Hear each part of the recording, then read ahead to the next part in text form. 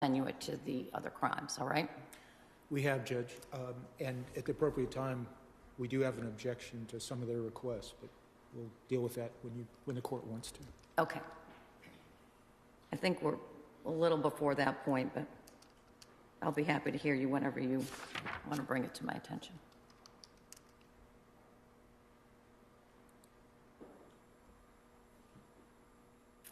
We've dealt with on Friday the motion for change of venue, and we also, I guess implicitly, if not explicitly, have addressed the defendant's motion for leave to conduct attorney-conducted voir dire to the extent that the defense is asking for panel.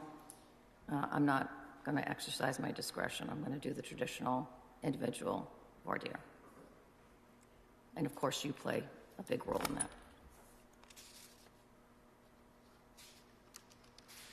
That's all I have for non-motion in limine pretrial motions that I think that I could give you some rulings on. Before I move to the motions in limine, is there any other non-motion in limine pretrial ruling that you're looking for? Your Honor, the Commonwealth did file a motion for reciprocal discovery. Okay. The defense did provide us with a notice of intent to call Dr. Banerjee and an outline of Dr. Banerjee's opinion if she testifies. The Commonwealth is requesting the proposed potential testimony of Dr. Lakin and Joel Scaletti of Safos Corporation, who are identified as potential experts by the defendant, and also Dr. Dan Feria and Steve Verino of MVP Forensics, also identified as potential defense experts. And also Tim Creamer has been identified as an investigator. Commonwealth is requesting any statements that Mr. Creamer has obtained, and also the substance of any testimony he may offer. We have no opinion, we have no reports, we have no statements. I will, though, provide them with a summary of what I anticipate the other experts would testify to. I'll do that. All right, when can you get that to them? Pardon? When can you get that to them? Wednesday? Seems reasonable.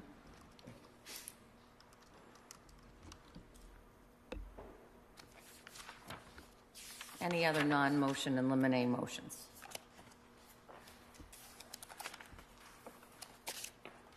All right.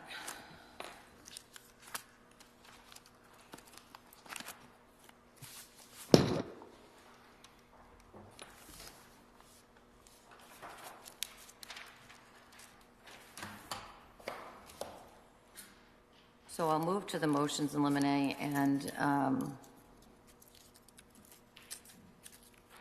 going to take them in order, I think, with the exception of maybe one of them. When we get to it, I may pull that to the end.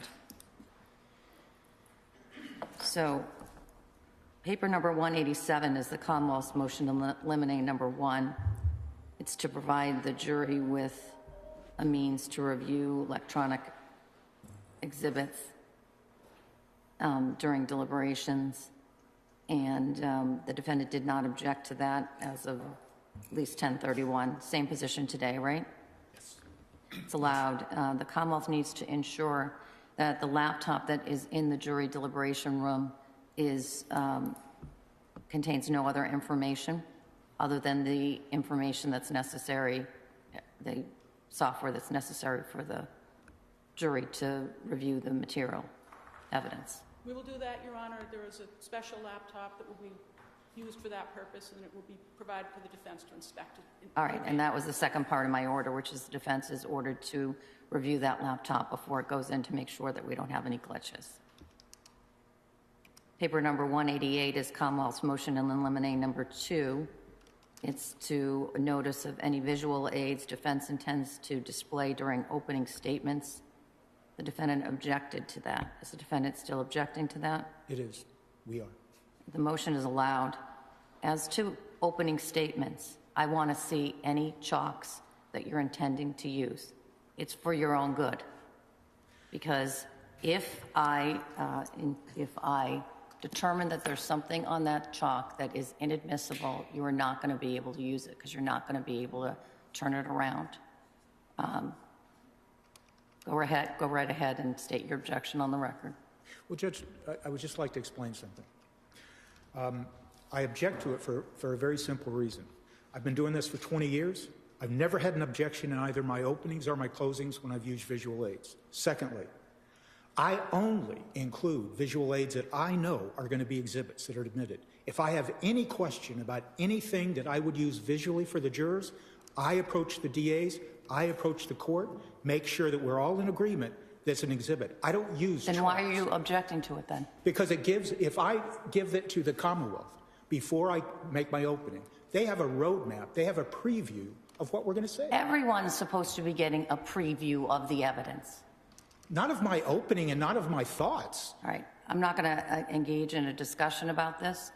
Any chalks that you intend to use that are not agreed to exhibits need to be shown to the court and to opposing counsel. Okay, Judge, just so I understand. And it can be the morning of, but it's going to be before you're holding something up in front of 16 jurors that we spend 2 weeks picking a jury for. No. Not happening. And I don't want it to happen, but let me just clarify something. I understand the court's ruling so far. Chalks, but not what we know to be exhibits. If you have, and I know you have, agreed to exhibits, then you don't need to address that. Those are agreed to.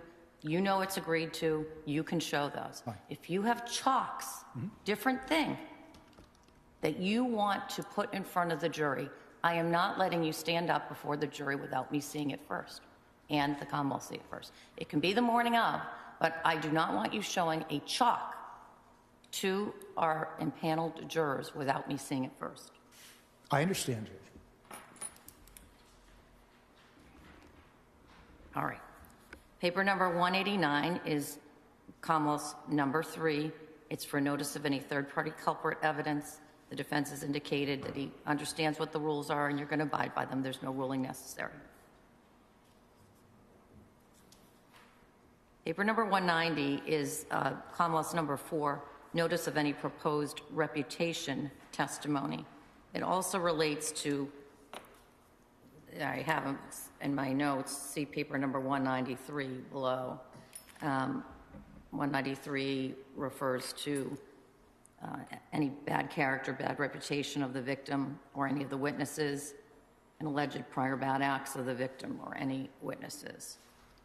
The defense has objected to that, arguing that he intends to bring in evidence of general reputation evidence. Is that right? Your Honor, at this point, we don't have any notice of specific reputation evidence that we'd either offer through cross-examination or in any casing sheet for us. Okay. The concern I do have is the Commonwealth has indicated they expect to introduce evidence, quote unquote, that Anna Walsh was a loving mother who would never have abandoned her children and was a dedicated employee. So I'm sure the government is aware of the restrictions on how this evidence will come in, but that may or may not be relevant, and so I'd ask the court to revisit this before they seek to put this information in. All right, Kamala.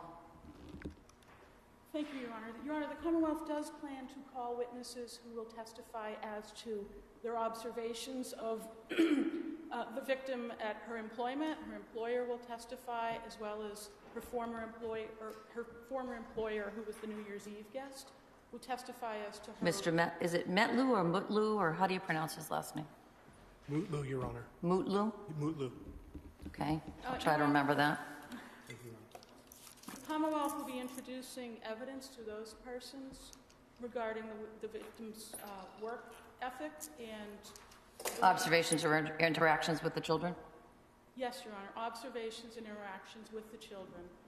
All right. I'm not going to give you any firm rulings on it. You raised your objections at the time. I will tell you generally that I probably will allow observations of her, not to an excessive amount, whatever that in my mind becomes excessive, but general observations as to the victim's interactions with her children is permissible.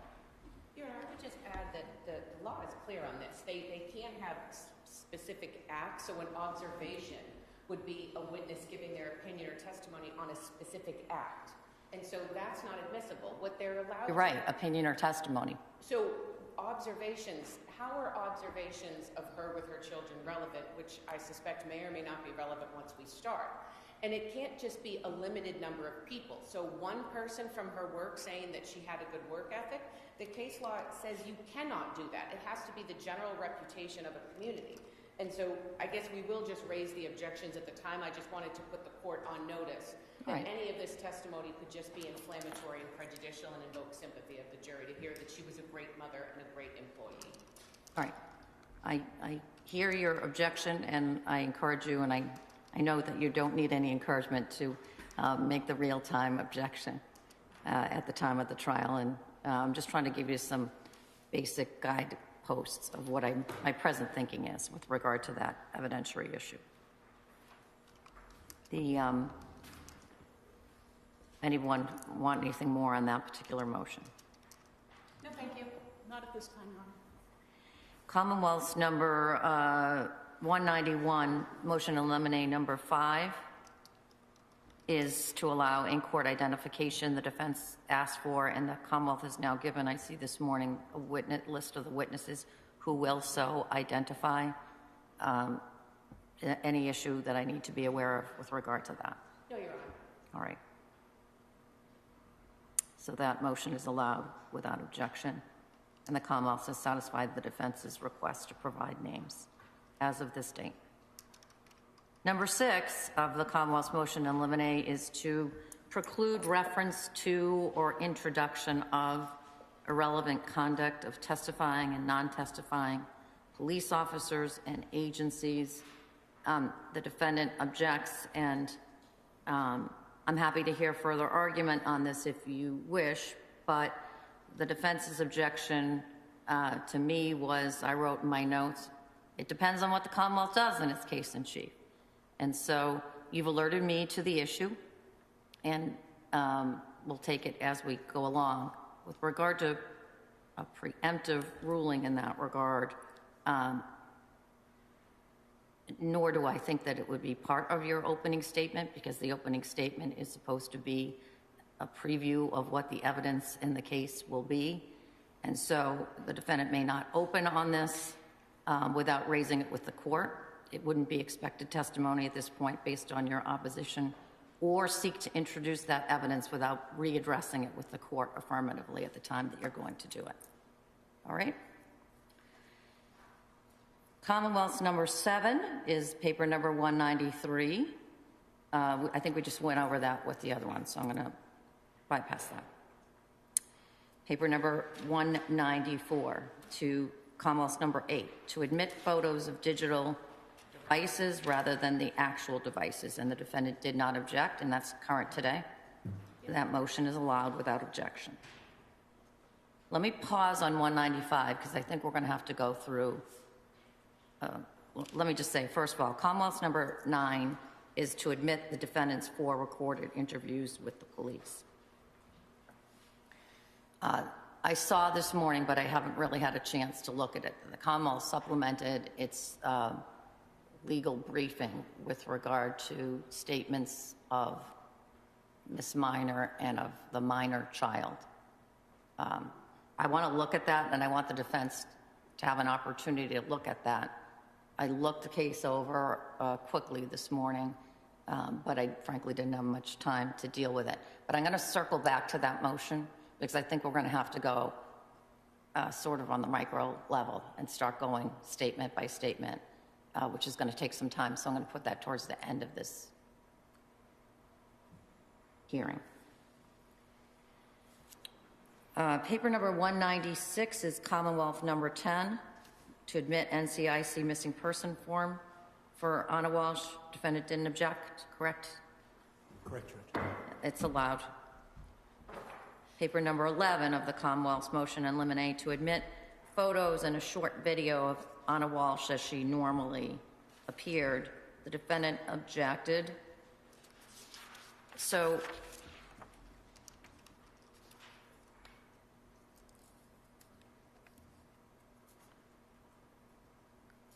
I haven't seen the video. Does the Commonwealth have a way to show me the video? I believe we could email it to you, Your Honor. I meant like right now. Your Honor, I have it on my computer if you give me a moment, I can walk up to the bench. That'd be great. Yeah. Generally, what is the video of? It's her with her 3 children on a rug in the living room of the home. And why is it important? The rug, an identical rug was found in the dumpster outside of the defendant's mother's home. Your Honor, I can approach, but just what might make it easy is the video is unnecessary. They could do a screenshot of the video which portrays the rug in question.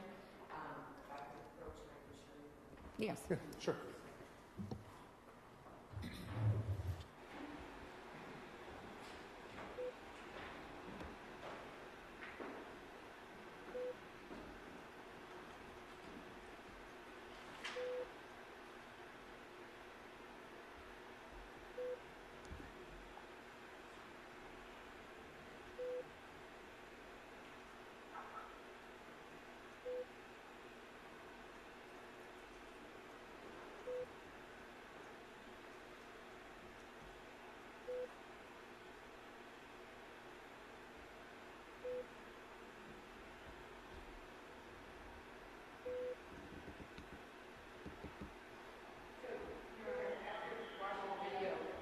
I think it's incredibly inflammatory, and if their sole reason for introducing that is to simply show that that rug was in the home, they can do that with a screenshot.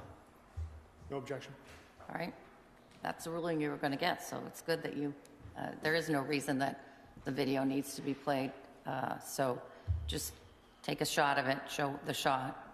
Now, I'll sit with regard to the other photos, you need to use, it's sort of like autopsy photos, in my view. Use the least number you can use to get, I understand that's one picture she's wearing a necklace and one picture she's showing the watch or something else. But use the least number that you can use. If I may, Your Honor? Yes. So I agree with that, and we tried to cull it down. So there's one with a jacket, there's one with a watch. The black jacket. Yes. There's one with a watch, and there's one with a necklace. We can probably take away 1 or 2 from what we submitted, because I believe that there's one where she's with Mr. Mutlu wearing the watch, so maybe we can delete that one. So we're talking probably about 4. Your Honor, the other issue is those photos can also be cropped, and there can be a stipulation that the cropped photograph showing a person wearing the necklace, the coat, is in fact a photograph of Anna Walsh. So they have sent a parade of photographs. I think that there's other ways to serve that purpose, and some might be stipulations. So this. Well, I'll let you work out whether you have any stipulations, but even if you want it that way, doesn't mean that the Commonwealth wants it that way. And the Commonwealth gets to, hold on one second.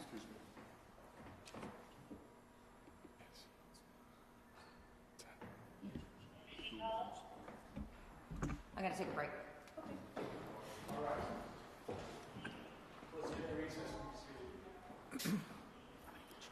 No, I'm fine.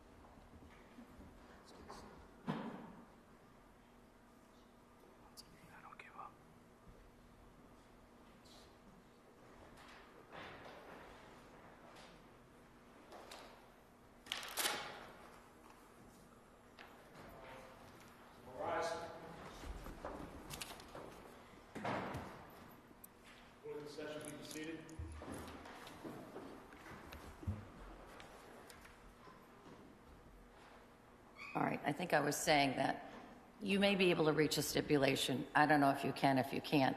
But I think I was just about ready to say that the Commonwealth gets to, within the bounds of the evidentiary bounds, gets to present their case. I appreciate the analogy to autopsy photos, and so let me go back and see if I can do something that's more palatable to the defense. That's frankly how I see it. I mean, I understand the significance of the various items that we've just listed to the Commonwealth's case, or I think I understand generally what the significance is to the Commonwealth's case. So I'm inclined to let them have the photos that they're going to need to make those arguments. But they don't need to be inflammatory. And so, yeah, just look through the lens of an autopsy photo. Thank you, Your Honor. I appreciate that, and I'll work on it. All right. Commonwealth's motion number 12 to admit evidence concerning the defendant's federal charges. And the defense is opposing in part. I'll hear from the Commonwealth first on this one. Your Honor, we have actually attempted to develop a stipulation. The Commonwealth had sent it to the defense, and we haven't heard back as to whether that is something they wanted to stipulate to. We had been working on potentially reaching an agreement as to what information about the federal charges would come in. All right. Well, to aid you in your discussions, it seems to me, and this actually overlaps with regard to the one of the other motions with regard to the interviews. I understand the importance of the federal case in terms of the Commonwealth's argument with regard to motive, and particularly the timeliness of certain information vis-a-vis the time that the Commonwealth indicates that they believe the defendant did the acts that he's charged with. And the one area that I wanted to probe so that I have the information firmly in my mind, what the evidentiary significance of it is, the weight of it versus the prejudice, is the GPS. So my memory from prior proceedings on this case is that the GPS was not the way that the Commonwealth found out that Brian Walshe was at various places. That is correct, Your Honor. All right. It was not a GPS bracelet. What was it? It was a radio frequency bracelet that would go off if he went a certain distance from the home, and he would have allotted amount of time to leave the home to perform errands and drive the children. Okay. So there's no evidentiary, there's nobody coming in and saying based on how his bracelet, he was at X, Y, and Z. They found that from the phone, right? That is correct, Your Honor. They found All it right. through the two phones. So that seems to me to be both in the transcripts and also just to the extent that it's in any of the federal papers as a condition of release, highly prejudicial. And I'm not inclined to let the jury hear about that. It's not relevant to their decision-making, and they may, even if I give them a limiting instruction, may make it difficult for them to accept the limiting instruction. It doesn't have any evidentiary value. So anything with regard to both in the interviews, which I know we're tabling for later on,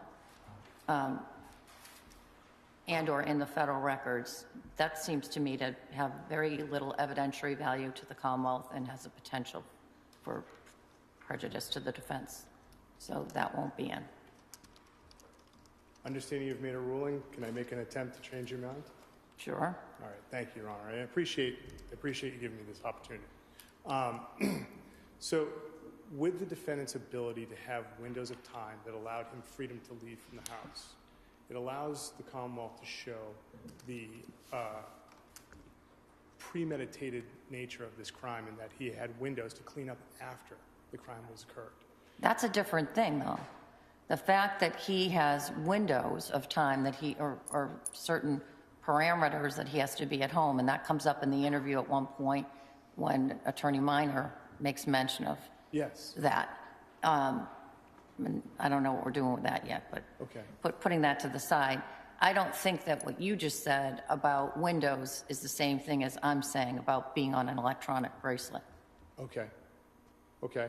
Because I think there's different prejudice that attaches to those two things. The fact that he had restrictions, that he was on federal supervised release, and that he had some restrictions is going to be known to the jury. It's integral to the case.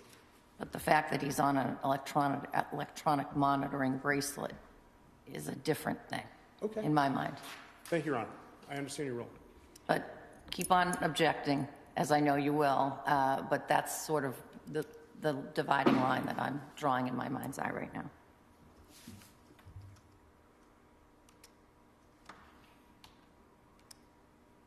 And keep on working on the stipulation. Yes, Your Honor.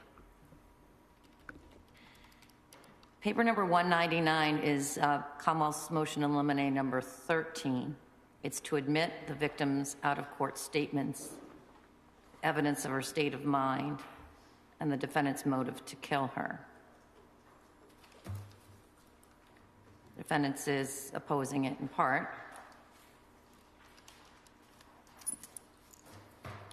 I'll hear from the Commonwealth first. Thank you, Your Honor. The Commonwealth would seek to introduce the victim's out-of-court statements to Alyssa Kirby and to Mr. Mutlu and to Mr. Fastow as to her state of mind, which was known to the defendant. Your Honor, certainly the defendant, the evidence will show that the victim had a meeting with a friend, Miss Kirby, on the 29th of December and told her about the big argument they had had over Christmas. Give me a timeline because I want to have this in my head. She comes home on Christmas Day. Yes. Anna comes home on Christmas Day. She drives because she missed the flight. She spends much of the day driving, and then she gets there on the afternoon, evening of the 25th. Yes, Your Honor. I believe it would be around 8 o'clock. When did she drive back? She leaves on the 26th of December. Okay. And she drove back to D.C. And she drove back to D.C. And then she returns back to Boston by flight on the 30th. On the 30th.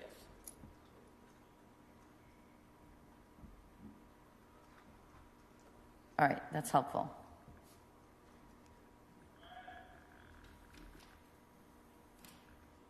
All right, go ahead. Your Honor, on the 29th, when she's still in D.C., the night before her return to Boston, she goes out to dinner with her friend Alyssa Kirby and talks about the big fight that she and the defendant had, and tells Alyssa Kirby... She'd been home for Christmas. Yes, over the Christmas break, or the day that she was home. She tells her about that big fight, that she gave the defendant an ultimatum, that she had learned that the reason the children weren't with her was because of the defendant and his attorney, and that she had told him essentially to just resolve the case, even if it meant taking jail as a result. And I know Your Honor has reviewed the paperwork, and it is a little more detailed, some of the statements of the grand jury. Your Honor, I would suggest that this is admissible because certainly it shows the victim's state of mind, that she is prepared to do what she needs to do to take her children down to D.C. to be with her.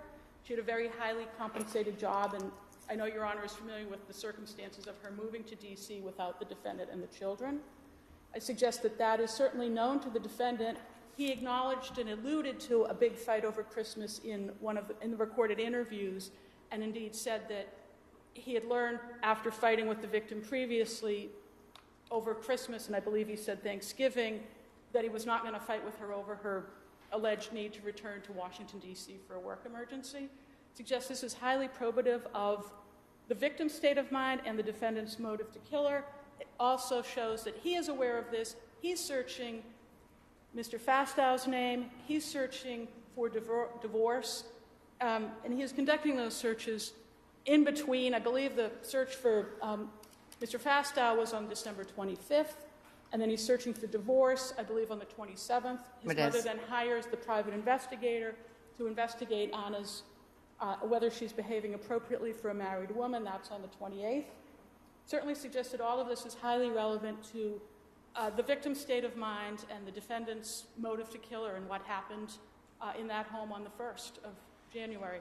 And with Mr. Mutlu, there is some testimony about Anna Walsh had some conversations with him, I believe on the 28th. And Mr. Mutlu's testimony is a bit indicating in some of his statements that some of it he might have learned from other people, but some of it he did learn from Anna, and certainly the Commonwealth would be very careful to make sure that we were only eliciting what he learned from Anna, not something he had heard from somebody else. And I would suggest that that should all be admitted in this case. All right. Defense? Thank you, Judge. Your Honor, the problem I have is the Commonwealth is also cherry-picking parts of these conversations. The dinner that they're speaking about, her and her friend were out until 1:30 in the morning, a night that ended at a karaoke bar. So there was probably copious amounts of alcohol, I would assume. But that goes to the weight the jury chooses to give to it. But in the context, I think it's important. The other thing that the Commonwealth didn't seek to introduce is the fact that Alyssa Kirby at the grand jury, at her grand jury testimony said that they had a very open and honest relationship, and that Anna wanted him to do whatever he had to do so the family could be together. And further, she didn't say that she wanted a divorce or was going to leave him with this ultimatum. Specifically, Anna supposedly said to Alyssa Kirby that she wanted him to choose life because he had been so depressed. And even if he had to go to jail, that will be waiting for you when you get out. Mm-hmm. So I think they're not only cherry-picking what portions of this conversation they want to put in, they're overstating the relevance, especially in light of the case law. When you look at the cases that talk about state of mind, they cite Castano. That was a situation in which the witness had told the defendant in that case that she wanted to end the relationship, that she had rejected his anniversary presents, not only was ending the relationship, but has packed up his bags. And when the police responded to the scene, there was in fact a packed suitcase of the defendant's items at the door. That is not what we have here, let alone to that level. In Martin, the statements that the government was seeking to introduce were basically statements in history of physical abuse, violence, of her trying to take the children from him. That is not what we have here. Half of the conversation to Miss Kirby was how she wanted her family together. They had an open relationship. Couples fight, so to say they had a big fight on a date, she was late for Christmas and they had 3 children. This was not earth-shattering motive to kill information. So I don't think it's fair that these conversations with Alyssa Kirby come in, and certainly if the court does see value in those statements as the case develops, then the doctrine of verbal completeness would force the court to allow all those statements to come in, because this was one conversation. So that would be our position with respect to Alyssa Kirby. With respect to Jem, I think there needs to be either a voir dire or some clearing up of what he heard from other witnesses and what he specifically heard from Anna. And again, Mr. Mutlow was with them on New Year's Eve into the 1st of January until about 1:30 in the morning. And he's also described the night as joyous, that they had a happy marriage. The federal case had been going on since 2018. They had been weathering this storm. And so, again, if they're seeking to introduce statements, I think that the full conversation would come in to show the context, and we need to figure out what exactly Mr. Mutlow heard directly from Anna. All right. So let me give you some guideposts. The defense in its opposition cites to Qualls, which is sort of one of the earlier and seminal cases on state of mind evidence. And but I'm not persuaded by the defense's argument with regard to what Qualls stands for in light of Castano, and in light of which, for the record, Castano's at 478 Mass 75, a 2017 case, and also look at Commonwealth versus Bins, B-I-N-S.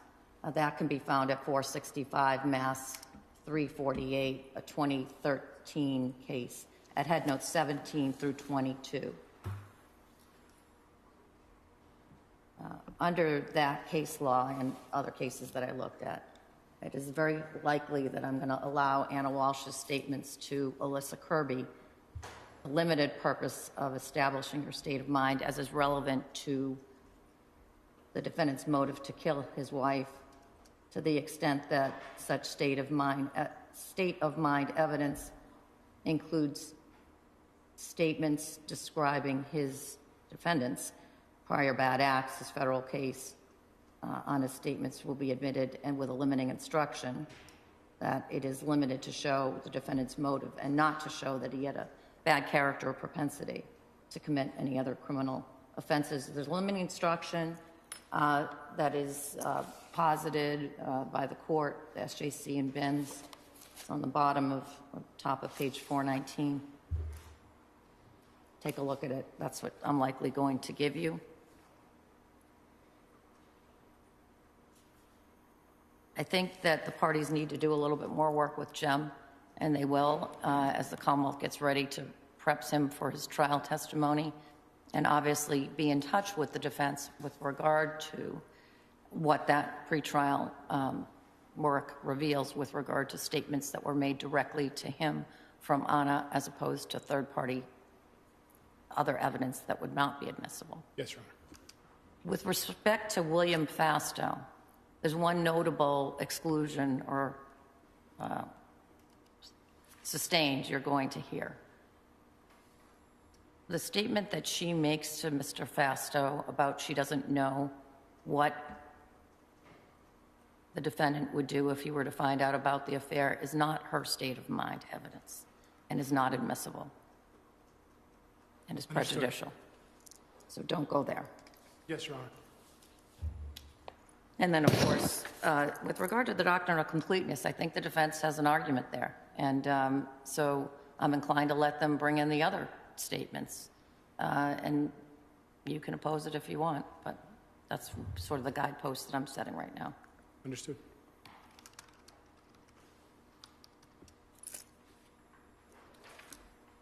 All right. Paper number 200 is Commonwealth's 14, to allow the admission of text messages conversation as of 11/12. I wrote the defendant had not filed a written objection. I think I invited that at our last hearing, and I'm guessing that you didn't because it's 801D2 stuff, but you let me know if it's otherwise. So, Your Honor, with respect to the text messages, I think maybe we have some objections to some of the portions of the text messages, but specifically, and I did talk about this in Another paper? defendant's response to Commonwealth motion in Lim 13. The William Fastow text messages, I don't think that any of them are admissible and the jury should not receive them. There is no evidence about state of mind in them. It's text messages about two friends who are having an illicit sexual romantic affair. There's no evidence by the government other than speculation that Mr. Walsh ever even saw these messages. Is it speculation? I mean, he says in his own words in the interview that somehow her text messages are showing up on my phone or something to that. And I'll go back and listen specifically, but we did cross this issue once before, and that was my recollection. Maybe it's a failed recollection.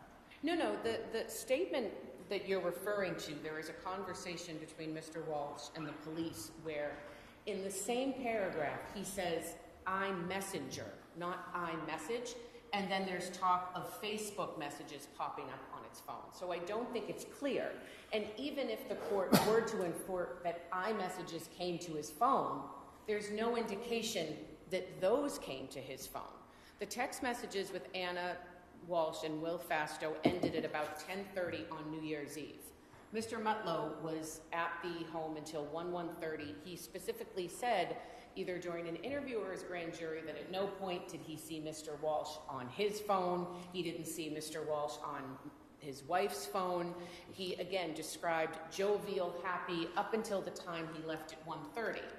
So I think it's a very thin speculation that he saw these messages.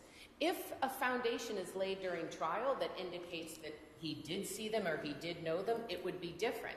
But otherwise, these text messages are hearsay and they're not admissible for any purpose. How are they hearsay? In order, and what I'm focusing on is what in them, is to prove the truth of the matter asserted. Well, then I guess we'll have to look at each, and that's sort of where we're going to end up with the transcript, I suspect. Well, then so it kind of reverses the question back to the government. Why are they seeking to put this text message history in? They're putting it in because they want to wave it around and say she was having an affair and he knew and he killed her. That's what they want to do. And I think if there was actual evidence or proof, other than speculation, that he had seen these messages, was angry about them, we'd be in a different posture. But that is not the case. And so why are they trying to put them in hearsay? Her messages, her statements are hearsay. So what other purpose is it coming in for? I don't see a purpose other than to just wave this in front of the jury. Mr. Fastow is going to testify. He can certainly testify to the relationship between him and Anna, the duration, the time, but those text messages should not go in front of the jury. All right. Kamal? Please.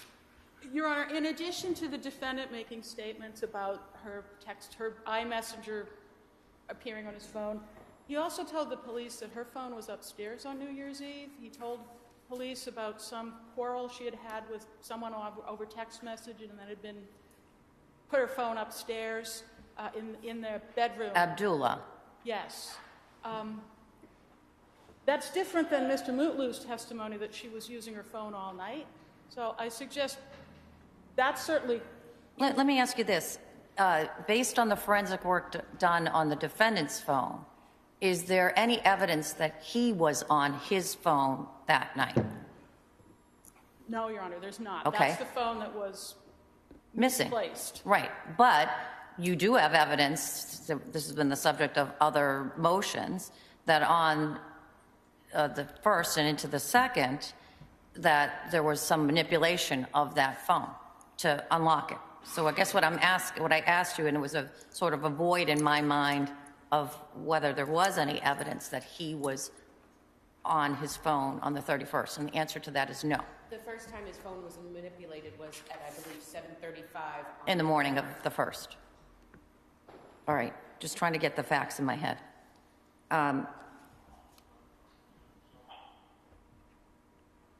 Well, more to follow on this as to individual text messages, and I want you to be focused on whether or not they are being offered for the truth of the matter asserted, and if they are, what your positions are, and see if you can make some headway on this. Thank you, Your Honor.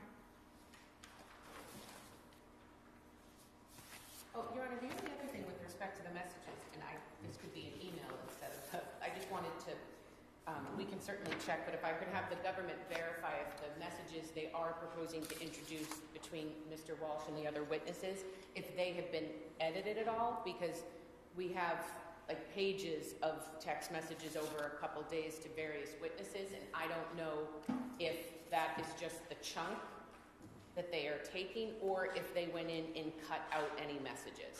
Okay. And by the way, I'll talk to the counsel afterwards. Okay. by the way, this motion that I'm talking about, we started to talk about Mr. Fastow and Anna Walsh's text messages. But to the extent that they're the defendant's text messages, which were the subject of this, then that's in a different bucket in terms of evidentiary ruling. Maybe not as important to you either, which is why you went to the other. Right. Okay. Commonwealth's number 15 is to admit internet history from devices in the defendant's residence. Your Honor, the government has produced 2 binders that they expect to introduce into evidence. One is a binder of the gray MacBook, and then the other one is a binder of Oh, okay, we have 3 now. All right. So we appreciate that. Are these for my own, sorry to interrupt you, but are these similar, if not the same, from what came into grand jury?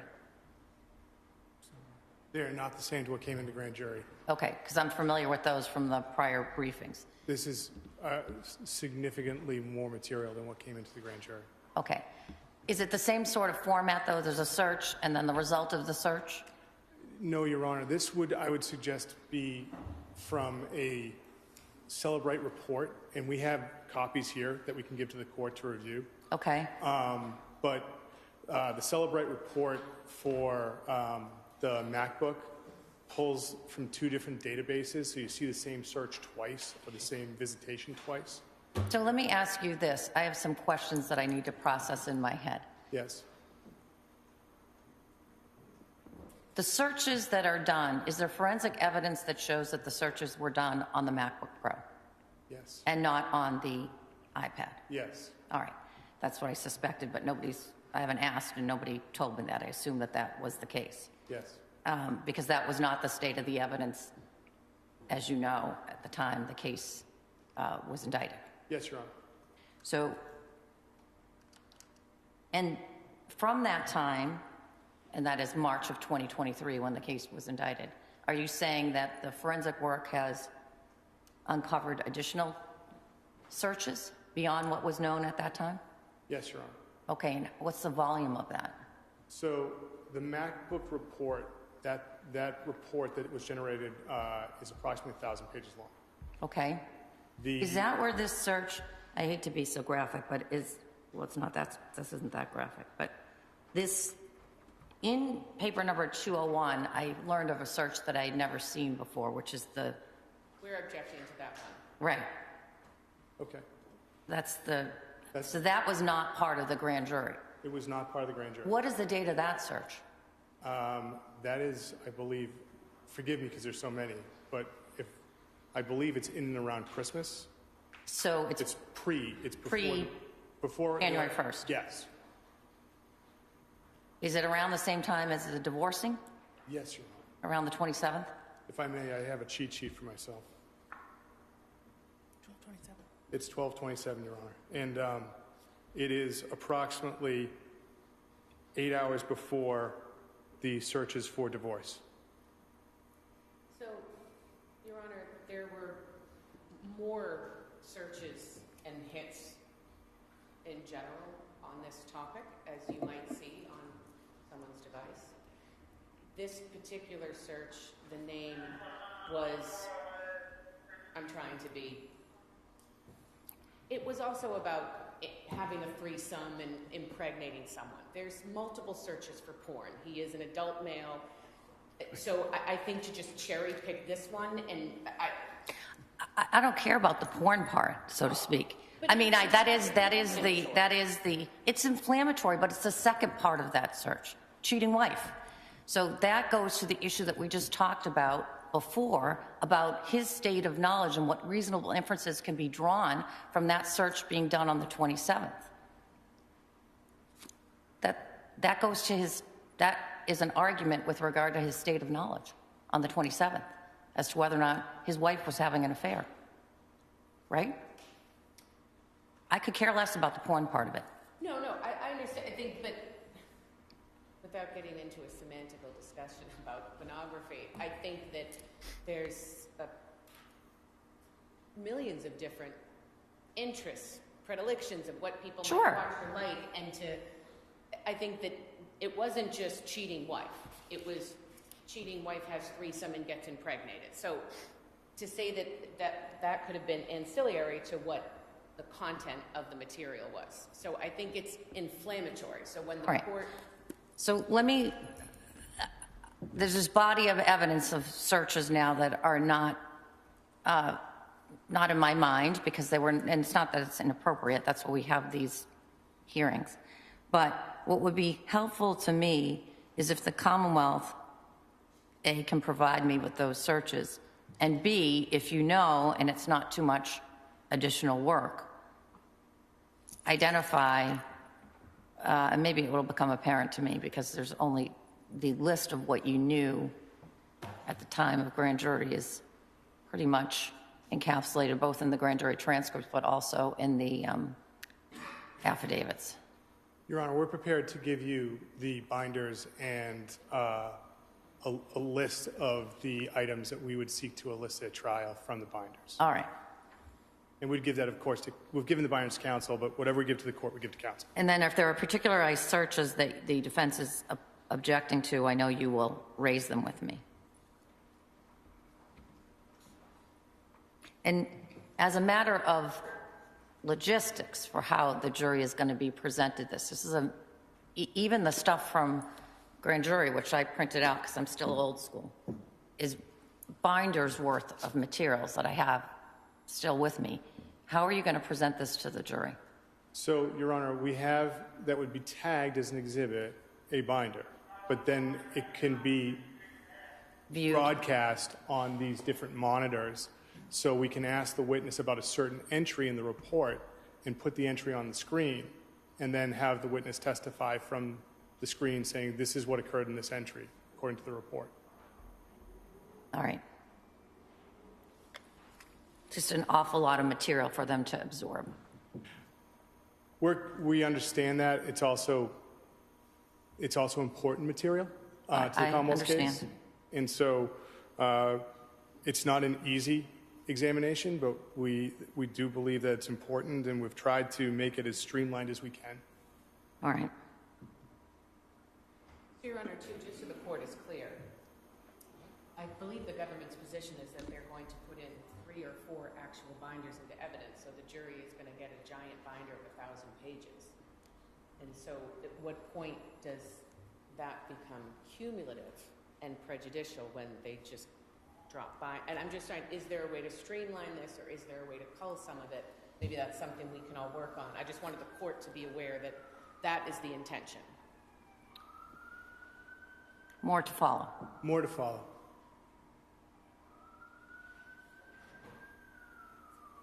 All right.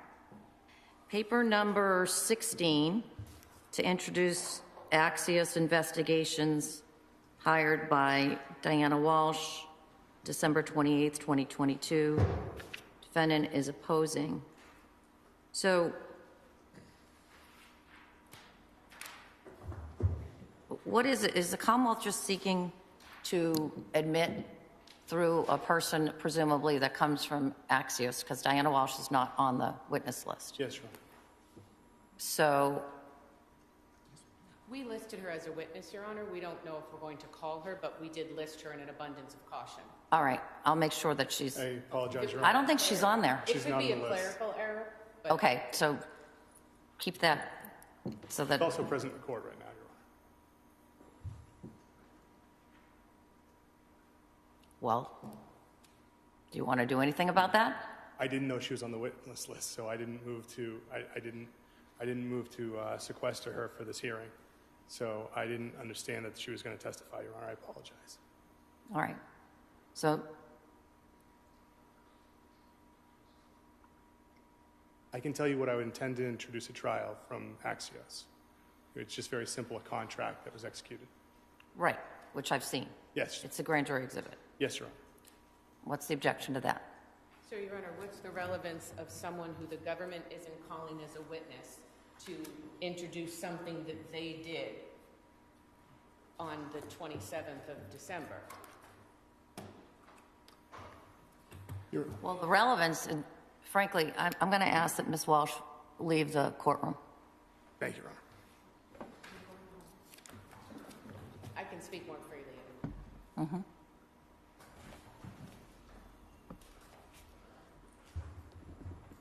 Thank you.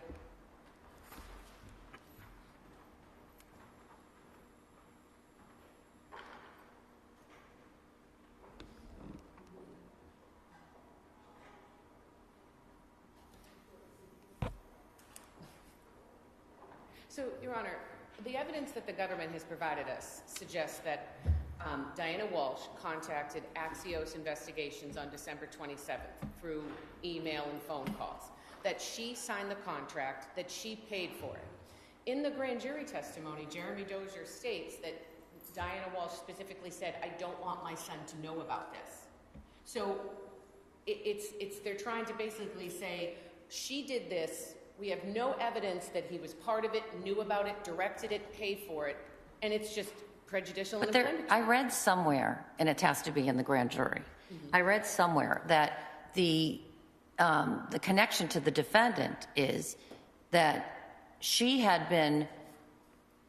wanted to do this for some time because of the psychic, the whole, and that she went to the defendant or said to the defendant, I want to do this, and that he tried to rebuff her and say, no, I think his words were, Anna's a good girl, and she's not having an affair, something to that effect. But then I also read somewhere, has to be, again, in the grand jury, that he then gave her the name of Axios.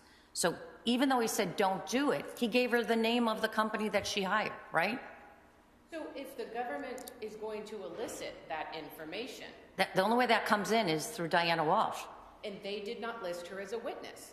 So even if there was evidence that the government was planning to introduce that Mr. Walsh supplied the name, that doesn't indicate he paid for it, knew that she finally did it, was interested in the results.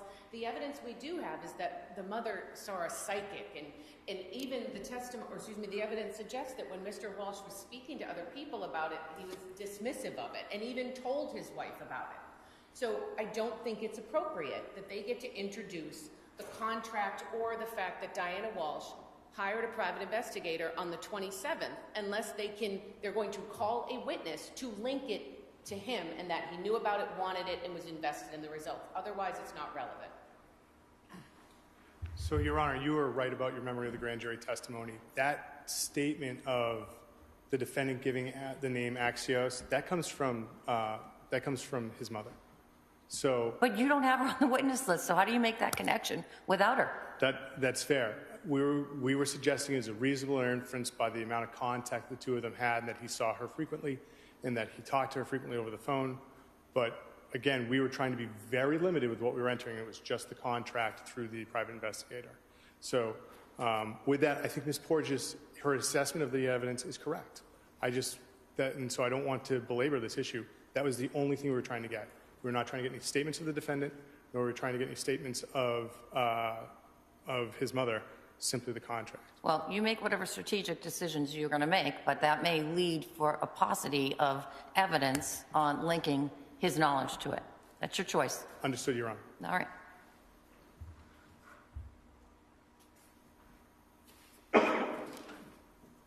Number 17 is paper number 203, and no objections to the calendar. There isn't, Your Honor, but given the fact that my understanding is that there's going to be a blank calendar and items or notations may be placed on it, and I'm assuming then that is going to go to the jury. If that's the case, then the defendant would also like access to also add or denote things on that calendar. We can color code it, we can figure out a way, but that's what I would ask for. Or we can have two calendars, which seems superfluous if there's one. We were just looking to give each juror an empty calendar so they could make their own notes and it would be part of their notebook, not something like that witnesses would be using. So Okay. if they just want to give a blank calendar to the jurors so they can keep track of days, then that's fine. Yeah. Yeah, it just got confusing during the grand jury. All right.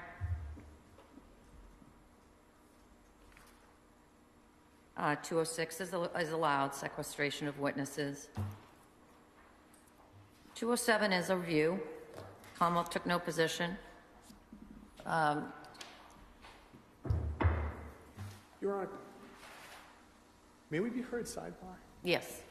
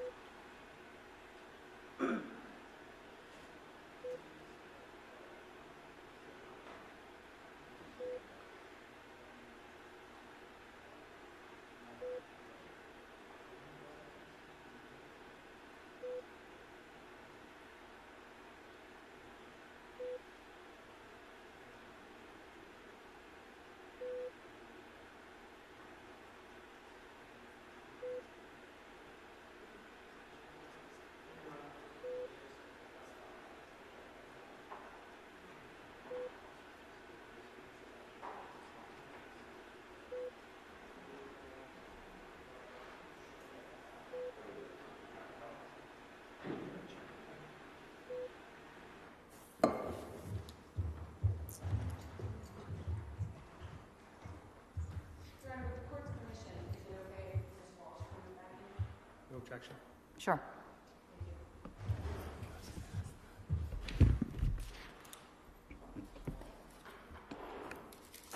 So paper number 208, which is now moving to, did move at paper number 206 to the defense's motions in limine.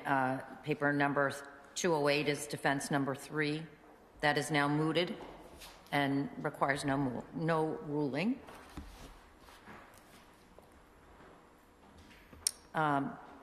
Paper number 209, defense 4. Commonwealth has indicated they will not seek such opinion, so no ruling is needed. Paper number 210, defense number 5. Commonwealth will not seek, no ruling is necessary. Your Honor? Might we ask that a similar order regarding any awards or commendations for any defense experts that may be called? That they may not elicit that from those experts? Well, to the extent that it goes to their qualifications, they need to do that. They need to know that the person's qualified, but no excessive lauding. How about we say that? On either side.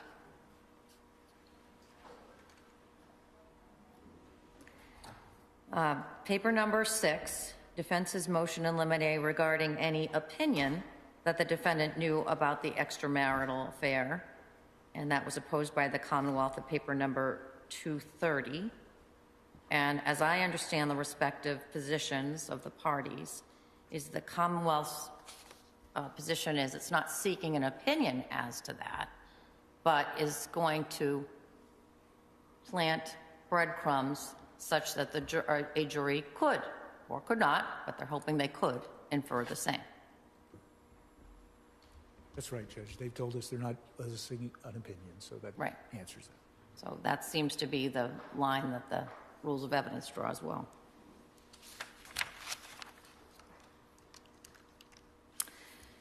Paper number 7, defense number 7.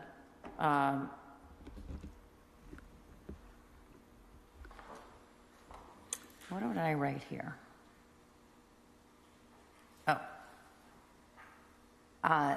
Is paper number 212, and it's regarding opinion evidence, and the opposition was at 231.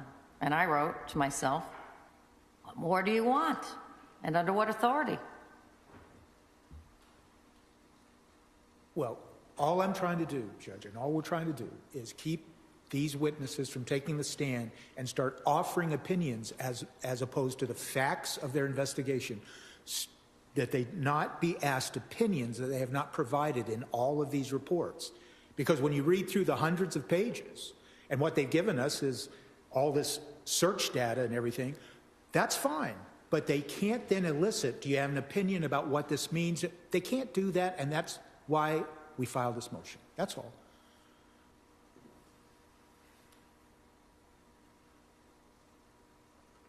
I'll hear from the Commonwealth. Thank you, Your Honor. Your Honor, we've provided voluminous discovery in this case. Certainly, we expect that the witnesses will testify as to what they did in conformance with their reports. They'll explain their reports to some extent, but the defendant has all this material that has all been provided. So we would, if there's something specific they're looking for, but again, the witnesses will not stray beyond the reports that have been provided.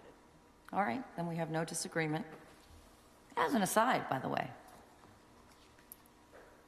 it is somewhat surprising to me as I was looking at this issue how little is said about experts in the context of, or how little is required by the rules in stark comparison to the civil rules.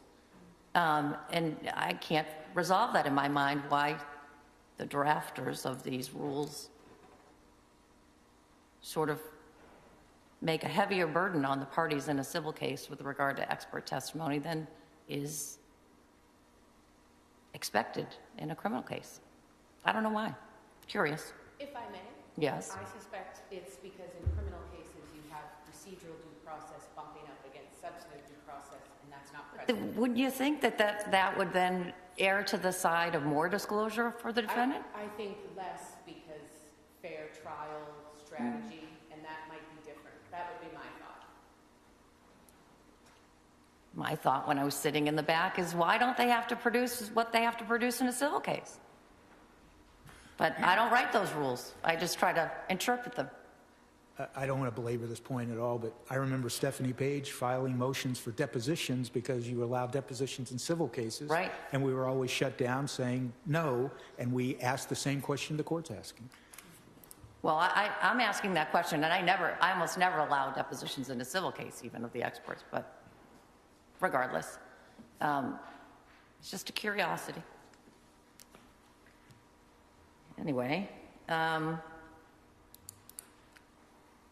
defense number 8, paper number 213, opposed at 232, and then another rebuttal at 281. To exclude defendant's request to consult with an attorney or statements of prior counsel. And I got more on that today, I think, too. Let's pause on that one. Bad Acts 214, paper number 9 for the defense. I think we've discussed this. It's opposed by the Commonwealth in a partial opposition at paper 233.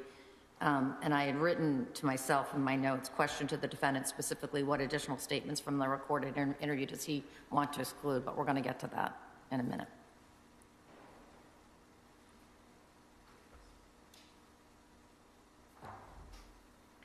Paper number 215, defense number 10, motion in limine regarding witness characterization of evidence or of the defendant's behavior. The Commonwealth has said it will not seek character evidence, but will offer evidence of the defendant's behavior through observations. Is that right? Yes, Your Honor. All right, that seems reasonable and likely where the line's going to be drawn. Number 11, paper number 216, asking the Commonwealth to designate and provide notice of specific statements and internet searches contained in the digital data seized to be introduced at trial.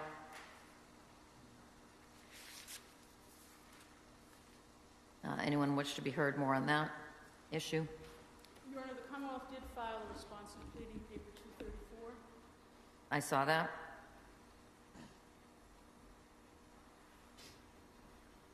I will say that the Commonwealth's opposition at 234 seemed to take a reasonable approach. And likely where the line will be drawn.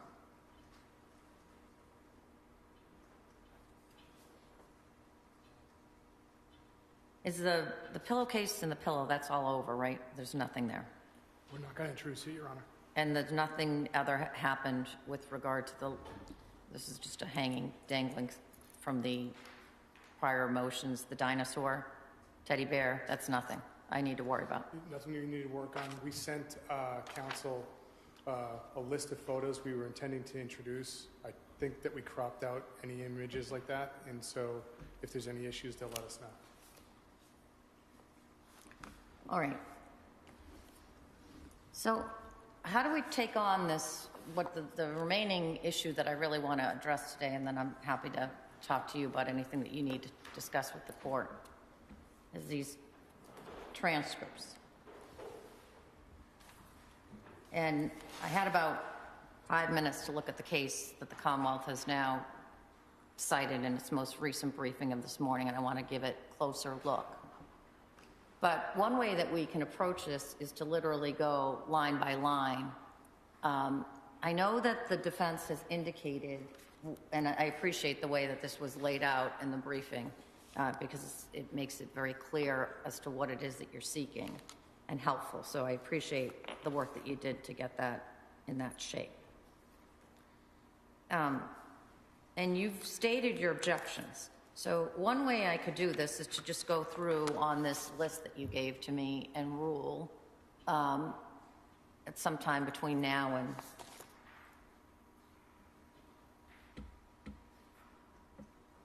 before the evidence is played, and give you a little bit more time to brief it. I will say that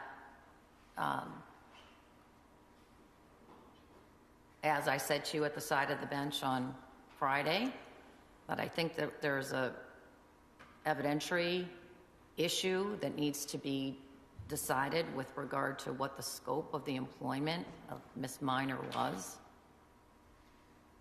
And I'm not sure how this new law fits within that analysis. If it does, if it's just a separate analysis, it almost seems like it's a separate thing completely. And a separate vehicle or avenue to admissibility, these adopted admissions. But I want to give the defense time to respond to that because it just came in this morning. And as to many of these statements, and so that you don't misunderstand where I thought I was on Friday, which was alerting you to the issue of agency, I'll call it. And I don't want either of the parties to be misguided by what I said to you on the side of the bench with regard to that. And what I mean by that is this. Even if Attorney Minor's statements aren't coming in, even if they weren't coming in, I never intended to not allow the Commonwealth to tell the jury that she was present there. So whether her statements come in is very different than whether her attendance at the interview was going to come in. And I think in the opposition that I saw, the papers that I saw flying, I think the Commonwealth, maybe based on what I said at the side of the bench on Friday, thought that I was excluding the latter as well, that is, her attendance at the interview. I also want to remind you of something that I said at the side of the bench on Friday, which is much of what Attorney Minor says is repeated by the defendant. And so the cumulative impact of those statements is not significant for the most part. There may be statements that she makes that are significant.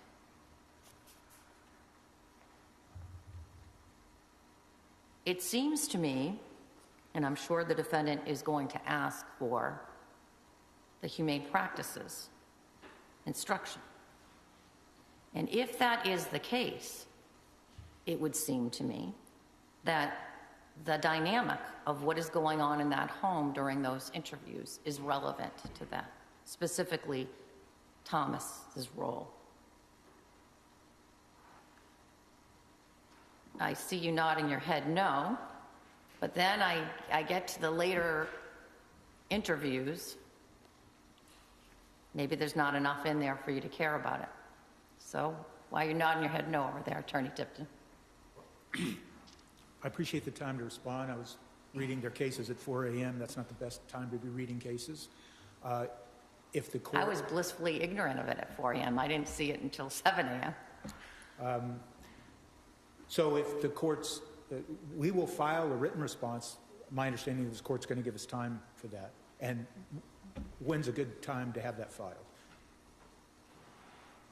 You said you would make a ruling before the evidence started, so Right. I'm just wondering... I mean, honestly, the next couple of days, we're going to be busy with picking a jury, and maybe even longer than that. So, I mean, I don't, as long as I rule on it, yeah, as long as I rule on it in time for you to make the appropriate edits, and I don't ruin, you know, the poor IT person that's going to be tasked with doing the edits, Thanksgiving. How deep into the case are these transcripts coming in? Potentially the first day, Your Honor. Well, great, thanks. But the good news is like you said, a lot of it was cumulative. And so in going over that, particularly the interview in the 7th, when we looked at it, we're like, there's really not a big problem with a lot of these. So we'll start working on some of those redactions. And we gave a list to the court of the things that we didn't object to. So we're going to start working on this. So curiously, and I just want to make sure that this was a conscious decision on the defense's part and not something that was unconscious. There's some of what she said that you kept in. You know that. Well, attorney, No, there are some statements that you did not ask to be, and so... From Tracy Minor, Judge? Yes. Well, then that was an error. That's the highlight didn't carry through. Okay, all right. Because, and I don't want to interrupt the Commonwealth, and we're going to file a written response. Let me just, lay the groundwork for it, though. Sure. The court brought up the humane practice. We footnoted in a pleading. We never asserted humane practice. We're not asking for humane practice. Okay? All right. That is the bottom line here. And the Commonwealth's citation to sheriff in their latest briefing, they misstate what the law is. The law is if humane practice is a live issue, the court is required by law to give it humane practice. It's not a live issue. We've never raised it. So I want to set that groundwork. All right, I appreciate that. 2, I understand what the court just said about you never intended to indicate you were going to exclude the presence of Tracy Minor. Our prejudice, contrary to what the Commonwealth argued in their brief, in their memo they filed last night, we made it very clear what the prejudice is. The prejudice is from the fact that Tracy Minor is there and all these statements are being made. Not the statements necessarily of Tracy Minor, but the statements of the client. And we made clear what we think the prejudice is. And that prejudice, once again, we'll lay it out in more detail, but that prejudice is the same type of prejudice that flows from the Commonwealth's reaction to Proctor and I won't go into anything about Proctor except for the fact that once Proctor's integrity was impeached, the Commonwealth moved away from it, moved away from him. Why? Because his impeached integrity reflected on this office, the Norfolk County District Attorney's Office.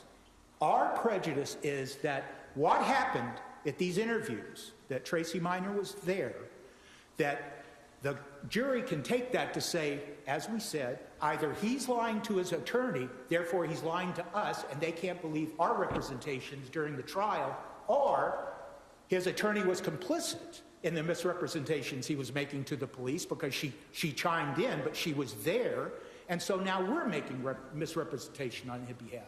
That's the type of prejudice we're trying to avoid, and finally, we're going to be arguing, why is it relevant, especially when you take the humane practice out of it? There is no relevance to Tracy Minor being there. So we'll brief it, but I wanted to lay the groundwork for that. All right. So I appreciate that preview, and I appreciate the reminder with regard to the humane practices, both for myself and also to the Commonwealth as we move forward and try to resolve this issue for you. And could I just make one more suggestion? If the Commonwealth could take the highlighted sections that we provided to the Commonwealth and you. Yes. And just now, go take those highlighted and maybe color code all of these statements they've listed. Wouldn't it make it easier for us all? Well, I think we can get down to, I think if you get rid of the cumulative stuff, you're really probably down to not a lot. Right. So that might be a good idea. What do you think about that? I think you're right, Your Honor. I think that the issue became with the transcripts. Once you started taking her out, it became confusing. So she would actually ask a question, and he would answer it. Right. Or she would correct him on the restitution figure 3 times in a row. So then he's just shouting numbers out, and it doesn't make sense. So a lot of it was just confusing with what was being proposed. So we're trying to go back and be more strategic about this. All right. And so my goal is to make things clearer and easier for the jury Yes. than confuse them. And so to the extent that you're having that situation where there's a question that she's asking that he's answering, and it's cumulative, the relative prejudice, I understand the argument, and I'm not ruling on it right now, Attorney Tipton, because once she's there for one answer, she's there, your argument is going to be the prejudice attaches. I understand the argument. But it's also incumbent upon me to provide evidence to the jury that they can, in a manner that they can consume it. And if it's doing so, once I balance the prejudice in a way that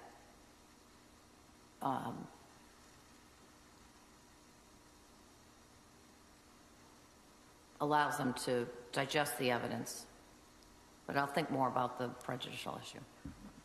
And maybe you can get, there really is not a lot that she says that he doesn't repeat.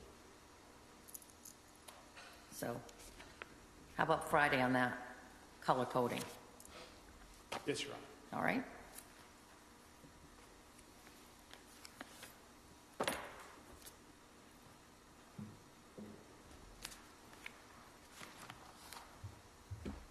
That's all the motions eliminate, right?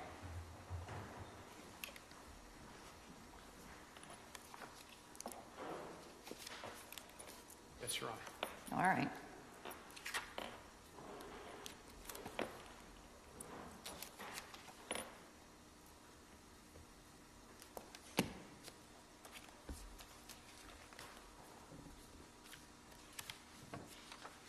So, not much else that I have other than the jurors that were called in today were being used for a civil case. They're going to be told at the end of the day that they're being held over till tomorrow, and that's so that we will get a big yield tomorrow, and hopefully both, I'm hoping to take 70 of the jurors tomorrow, and the remainder will go hopefully to Crim 2 so that they can get their work done too. And then every day they're going to be held over, so we will have jurors right through till Friday, because as you know, typically we don't get jurors on Friday. And we'll seek to 16.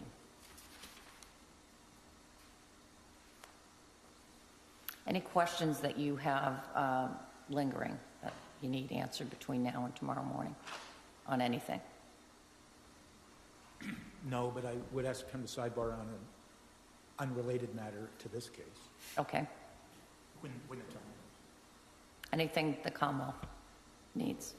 No, Your Honor. I think that we'll work together and try and figure out some of the other issues we've talked about today. I've been keeping a running list and just trying to make sure that we stay on schedule. All right. I will see you at the side of the bench.